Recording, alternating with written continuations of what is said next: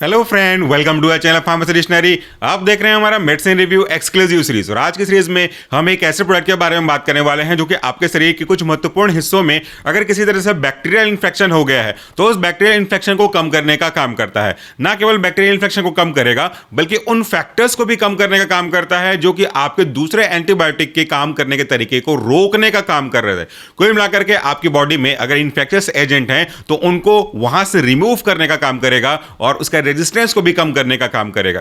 तो आज का प्रोडक्ट क्या है, इसके क्या कॉन्स्टिट्यूएंट हैं और सबसे इंपॉर्टेंट बात कि आखिर यह दवाई काम कैसे करती है और कुछ महत्वपूर्ण बातों के बारे में आज हम वीडियो में डिस्कस करेंगे। सबसे पहले बात कर लेते हैं कि आज के प्रोडक्ट का ब्रांड नेम क्या है, वो अब आप अपने स्क्रीन पे देख सकते हैं। आज हम डिस्कस करने वाले हैं सेफोनम डीएस के बारे में, जो कि एक इंजेक्टेबल प्रिपरेशन है, यानी कि ये कोई सिरप नहीं है, ये एक इंजेक्टेबल प्रोडक्ट है जिसे आपको आईएम या आईवी इंजेक्ट करना है, यानी कि इंट्रामस्कुलर आप दे सकते हैं या तो इंट्रावीनस दे सकते हैं। वो आपके डॉक्टर आपको सजेस्ट करेंगे कि आपके लिए पर्टिकुलरली आपके लिए कौन सा ये रूट्स ऑफ ड्रग एडमिनिस्ट्रेशन सही होगा।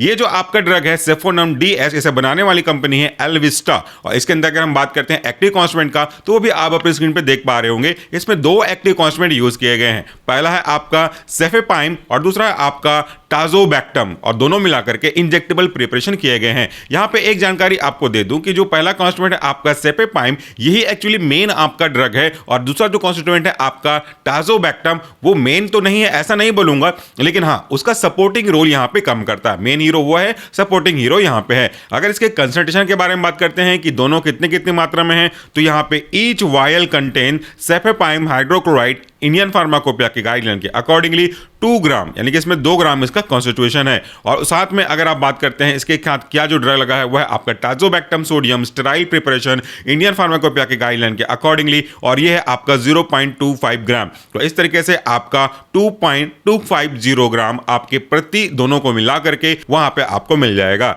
यहां पे वाटर फॉर इंजेक्शन दिया गया है और इसी को आपको यूज करना है। डोज आपके गाइडलाइन के अकॉर्डिंगली फॉलो करना है। डायरेक्शन फॉर यूज में लिखा हुआ है reconstitute the content by vial by using sterile water for injection IP provided with this pack, यानी कि इसमें आपको एक पाउडर होगा, उस पाउडर को इसमें दिए गए वाटर फॉर इंजेक्शन के साथ मिक्स करना है और अच्छे से मिक्स करना है। याद रखिएगा इसमें कोई भी सॉलिड पार्टिकल, ग्रीटी पार्टिकल आपको नजर नहीं आना चाहिए। अगर आप इसके कॉन्स्टिट्यूएंट्स के बारे में देखेंगे तो मैं आपको इसको ओपन करके दिखाता हूं। जब इस तरह के बॉक्स को देखेंगे, मोस्ट ऑफ द केसेस आपको ऐसा ही देखने को मिलता है। तो इसके साथ आपको 2 तरह का प्रिपरेशन दिखाई देगा। देखिए यहाँ पे 2 तरह का प्रिपरेशन है।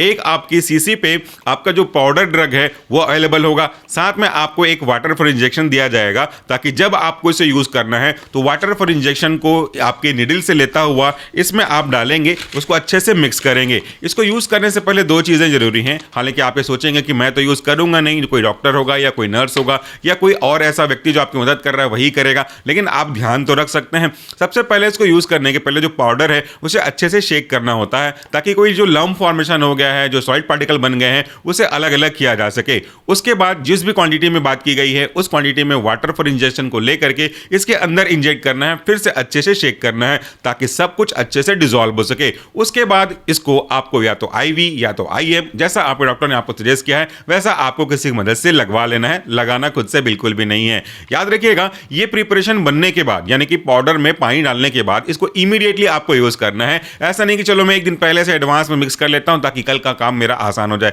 ऐसी गलती आपको नहीं करनी। इमीडिएटली प्रिपेयर करना है और इमीडिएटली आपको यूज करना है। तो ये तो बात हो गई इसके ब्रांड नेम, इसके कॉन्स्टिट्यूएंट के बारे में। अगर हम बात करते हैं इसके इंडिकेशन का, तो इसका मतलब है कि आखिर यह दवाई आपको क्यों दी गई होगी।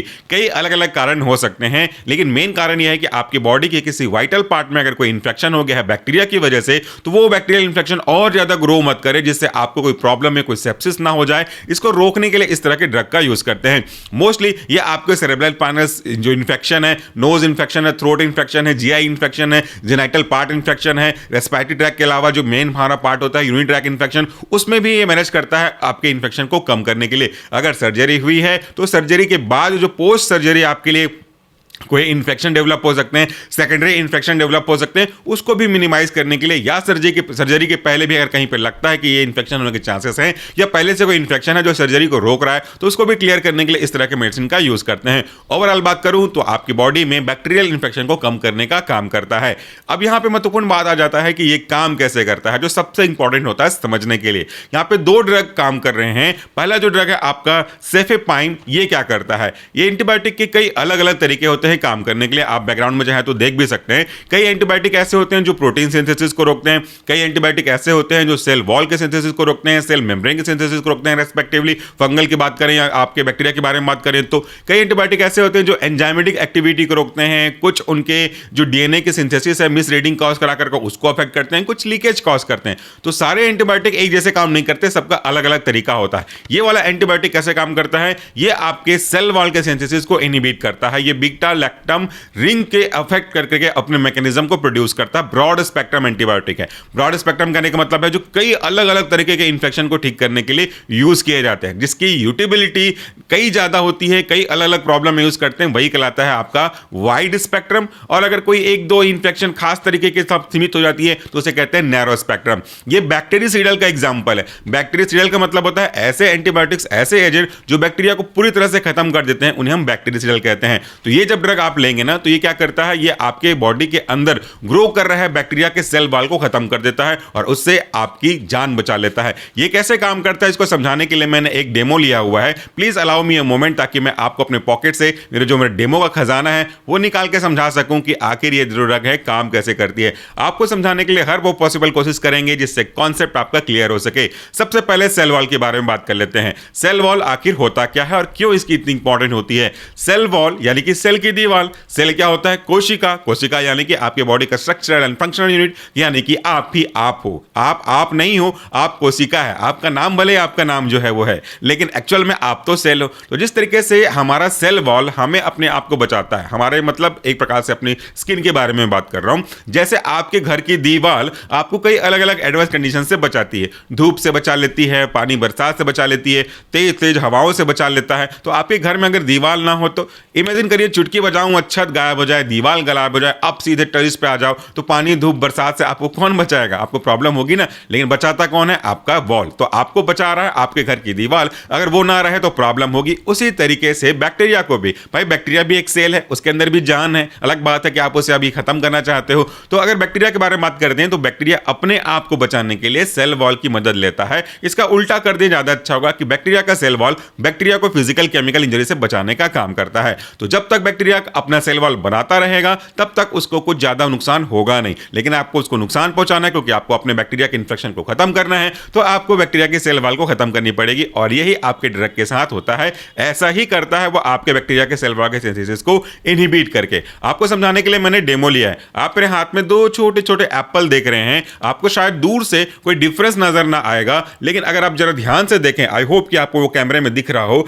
तो अगर आप ध्यान से देख पा रहे हैं तो आपको कोई ना कोई डिफरेंस नजर आ रहा होगा। मेरे लेफ्ट हैंड के रेस्पेक्ट में बात करें तो ये नॉर्मल एप्पल है छिलके के साथ। मेरे राइट हैंड में अगर आप बात करें, आपको शायद वो लेफ्ट साइड दिखेगा, तो इसमें बिना छिलके के है। तो अगर मैंने क्या किया, मैंने कल रात को वीडियो बनाने से पहले इसको ऐसा का ऐसा बाहर निकाला फ्रिज में से और इसको छिल करके बाहर रख दिया। दोनों में अंतर देख रहे हैं, इसको कुछ नहीं हुआ है और इसके अंदर रेड कलर के, ब्लैक कलर के कुछ स्पॉट्स, यानी कि इसका कलर डिटोरिएट हो गया। ये तो आपने प्रैक्टिस में देखा होगा। तो ऐसा क्यों हुआ और इसके साथ ऐसा क्यों नहीं हुआ, तो दोनों में क्या डिफरेंस है, इसका माइनस ये करेंगे तो निकल करके आएगा छिलका, यानी कि कवर, यानी कि आपका सेल वॉल। ऐसा हम एज्यूम करेंगे, भैया ये बैक्टीरिया तो है नहीं, एज्यूम करेंगे। तो जिस तरीके से इस एप्पल को इसके छिलके ने बाहर के फिजिकल टच और केमिकल ऑक्सीडेशन प्रोसेस से बचा के रखा, जबकि इसका मैंने छिलका निकाल दिया तो इससे इसकी रक्षा नहीं हो पाई। और इस तरीके से आज का जो प्रोडक्ट है वो काम करता है। मैंने कई कई एग्जांपल दिए हैं, एनिमेशन लगाए हुए हैं, ताकि आप अपने ड्रग के मैकेनिज्म को समझ सकें। इस तरीके से ये जो ड्रग है वो काम करता है।